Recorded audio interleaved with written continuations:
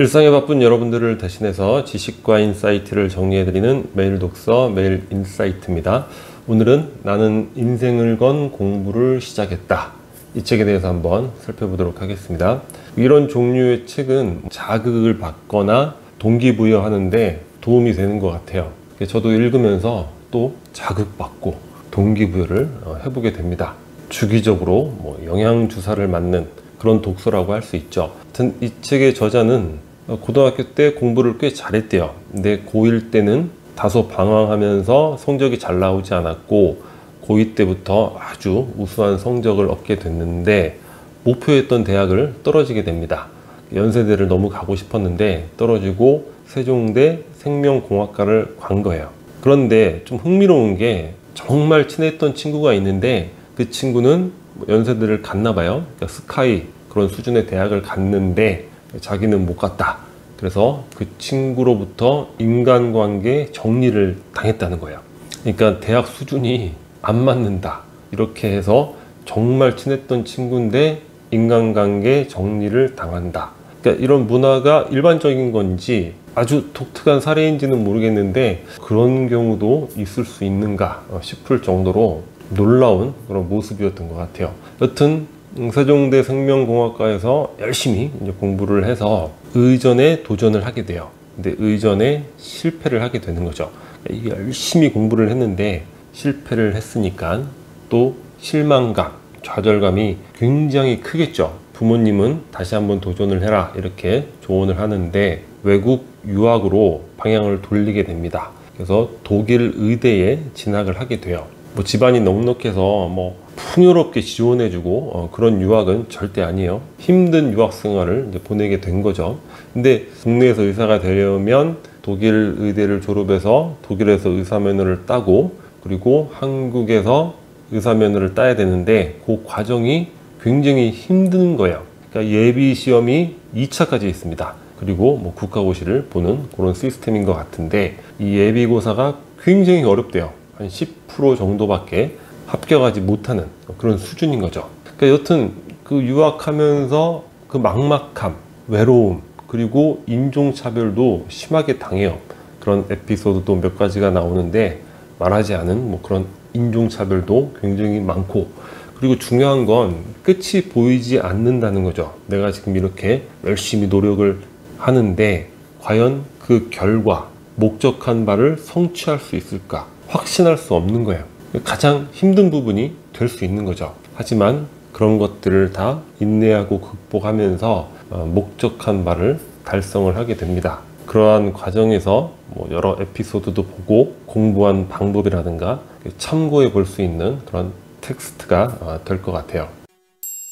갈매기의 꿈이라는 책을 언급을 하고 있는데 자기의 인생은 갈매기의 꿈을 읽기 전과 읽은 후와 달라졌다는 거예요. 어떤 부분이냐면 이런 내용이 나오죠. 주인공 갈매기에게 하는 스승의 조언인데 우리는 이번 생에서 배운 것을 통해 다음 생을 선택한단다.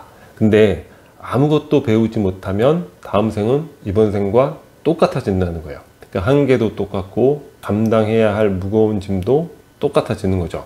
그러니까 결국에 내가 이번 생을 살면서 내 한계를 극복하지 못하고 내 실력을 키우지 못하면 늘 똑같은 수준에서 반복이 된다.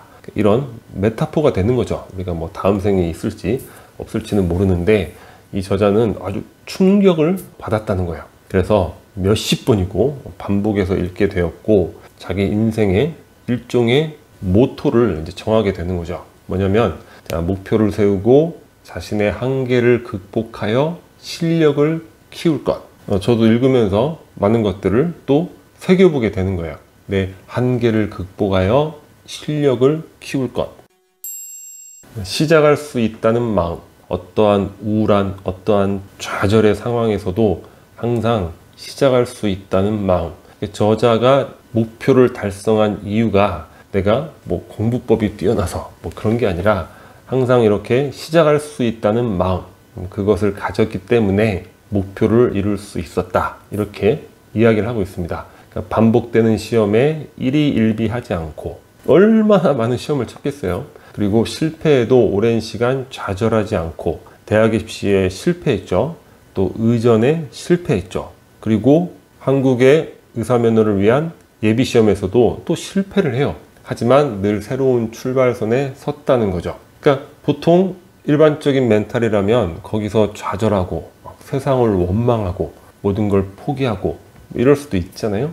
근데 항상 늘 새로운 출발선에 서서 그러니까 훌훌 털어버리고 반성하되 연연하지 않고 억울해도 털어버리고 시작할 수 있다는 마음을 갖는 것, 이것이 모든 것을 이긴다는 거예요. 결국 삶이라는 게 어떤 것들을 성취했다. 우리가 뭐 대확행, 소확행 거기서도 살펴봤지만 크게 성공한 이런 전파가 봐도 어차피 전파는 커졌다가 줄어들게 되어 있잖아요.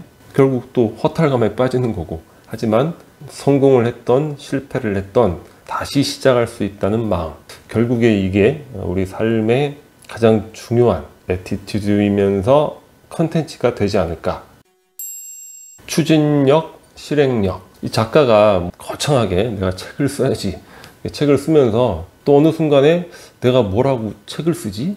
이런 현타가 오는 경우가 있잖아요. 많은 경우 우리가 경험을 하잖아요. 처음엔 뭔가 대단한 내용일 것 같고 막상 쓰다 보면 이게 뭐라고 이런 생각이 드는데, 자신이 이제 친구들과 대화를 하다가 친구들의 자신에 대한 평가가 추진력이 쩐다, 추진력에 강점이 있다는 걸 알게 되는 거예요. 그래서 그런 관점에서 내가 또 책을 끝까지 완성을 해야지, 이런 힘을 얻게 되는데, 추진력과 관련해서 영화 속 대사를 인용을 하고 있습니다. 닥터 스트레인지라는 영화인데 거기서 베네딕트 컴버배치가 이런 대사를 한다는 거예요. 동료에게. 자, stop it and just do. 그만 좀 생각하고 걱정 이런 거 다 스탑하고, 무서워하거나 뭐 상처받고 이런 거 다 스탑하고, 갈등과 혼란 버리고 그냥 좀 하라는 거죠. 실행하라는 거예요. 그러니까 아무것도 하지 않으면 아무것도 달라지지 않는다는 거죠. 많은 풍경들이 어때요? 대부분의 사람들이 생각을 정말 많이 하죠.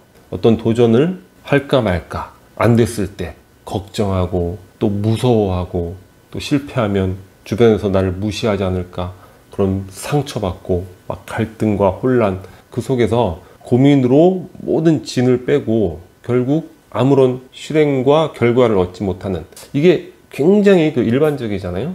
그래서는 아무것도 달라지지 않는다는 거죠. 자, stop it. 모든 것들 다 훌훌 털고 멈추고 just do. 그냥 해나가는 것. 그게 중요하지 않을까.